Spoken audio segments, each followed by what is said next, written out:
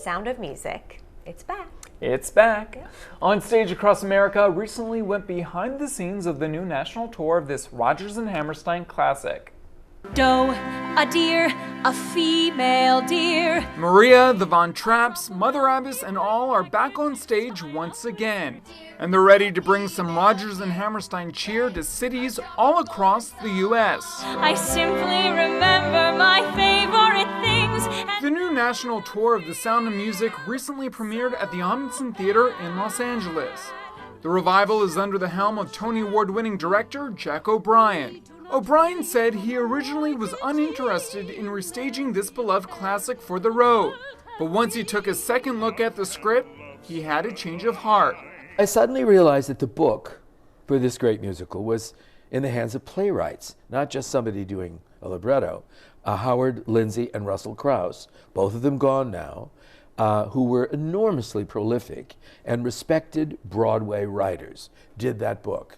And it's worthy of itself as a play, frankly. The company is peppered with a cast of Broadway veterans, including Ben Davis as Captain Von Trapp and Ashley Brown as Mother Abbess. Jack has such a fresh take on things. And how do you solve a problem like casting one of the most well-known characters in musical theater? For Jack OBrien, you don't cast a star. The piece begins with allegedly the main character sort of doing to be or not to be. She's pouring her heart out at the top of the show.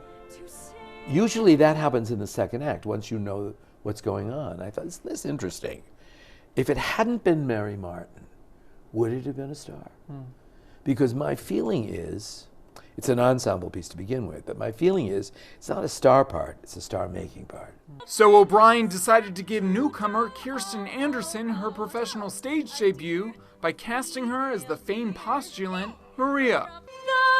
The hills are alive with the sound of music.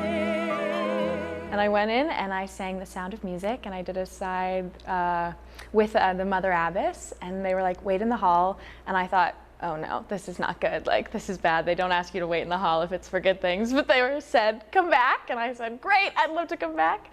And one thing led to the next, and I had a final call back with the producers, and Ben was there, and now I'm here. And while The Sound of Music is a well-known property, OBrien says his version goes a little deeper.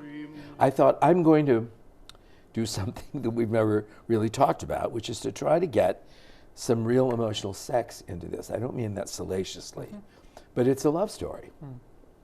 And it isn't just about the events, it's about the heart of those people and how in the middle of a crisis you can suddenly find an unlikely relationship where you think to yourself, it never occurred to me, I never thought that way, and yet it makes great sense.